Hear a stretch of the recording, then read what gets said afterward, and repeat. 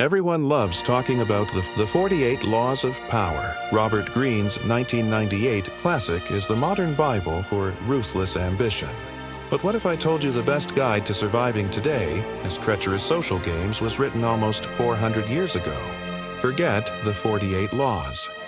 We're talking about Baltasar Gracián's The Art of Worldly Wisdom, published in 1647. This isn't about learning to be a Machiavellian mastermind. It's about learning not to be a fool. It's a survival manual for the subtle, intricate, and often brutal games we play every single day. If you want to navigate the modern world without getting played, you need to understand these timeless principles. Most people think office politics or online status battles are miniature versions of statecraft. They're not. Applying lessons from Machiavelli or Nietzsche, the prince, to a team meeting is like using a sledgehammer to crack a nut. It's overkill and makes you look ridiculous. The game isn't about seizing a throne. It's about surviving in the room. So the first tool is a simple reframe. Instead of asking, "How can I win this?" ask, "What is the most intelligent way to navigate this?" This shifts your focus from dominance to astuteness. The second tool is a mental model. View every social group as a theater of reputations.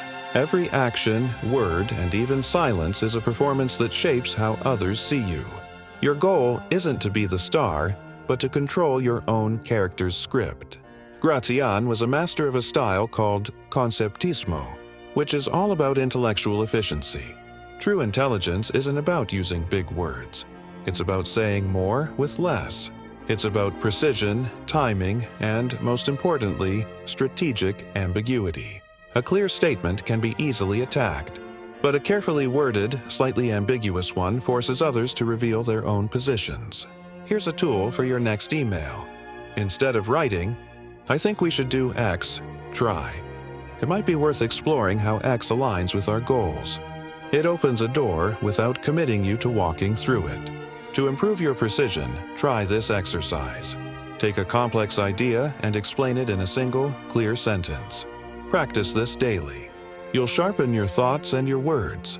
Vulnerability is a modern buzzword, but Gracián had a more cynical take: the wounded finger theory. The moment you show a small injury, everyone will knock against it. Showing a minor weakness, a small insecurity, or a personal problem often signals to others where you are most vulnerable. This isn't an invitation for empathy.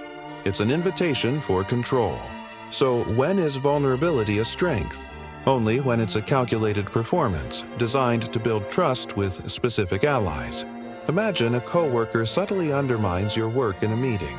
Instead of getting defensive, showing a wound, you could later say calmly, "I noticed the feedback on my project was sharp.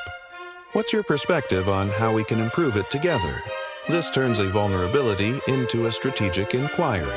We all know them, the smooth talkers who dominate meetings with eloquent but empty rhetoric. They exploit something called the fluency heuristic, our mental shortcut that equates smoothness with competence. To counter this, you need to disrupt their flow. Your first tool is a set of framing questions. Don't ask what they think. Ask how they arrived at that conclusion. Questions like, "Can you walk me through the data that supports that?" Or, "What are the potential second-order consequences of that approach?" Force them to show their work. Your second tool is a behavioral tactic, the deliberate pause. When a smooth talker is on a roll, hold your silence for 3 seconds longer than is comfortable after they finish. This small disruption breaks their rhythm and gives you control of the conversational tempo. Ultimately, surviving social games requires a kind of practical stoicism. Emotional discipline is the ultimate anti-manipulation technology. Gracián advises that you should never let another person have the satisfaction of controlling your emotions. This means setting firm boundaries and choosing your reactions selectively. Here's a practical tool. When a colleague makes an unreasonable request, don't just say no. Instead, say, "To do that, I would have to deprioritize X and Y. Is that what you want?" This frames your boundary in terms of trade-offs, not defiance. For daily resilience, practice this stoic exercise. At the end of each day, write down one thing that tried to provoke an emotional reaction from you. and how you successfully or unsuccessfully managed it. This builds the muscle of selective engagement. So, here's the challenge I leave you with.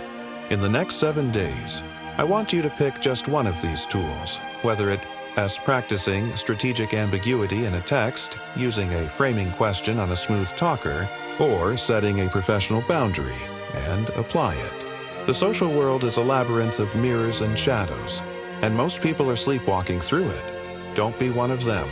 Learn the rules, play with intelligence, and you won't just survive, you will quietly thrive.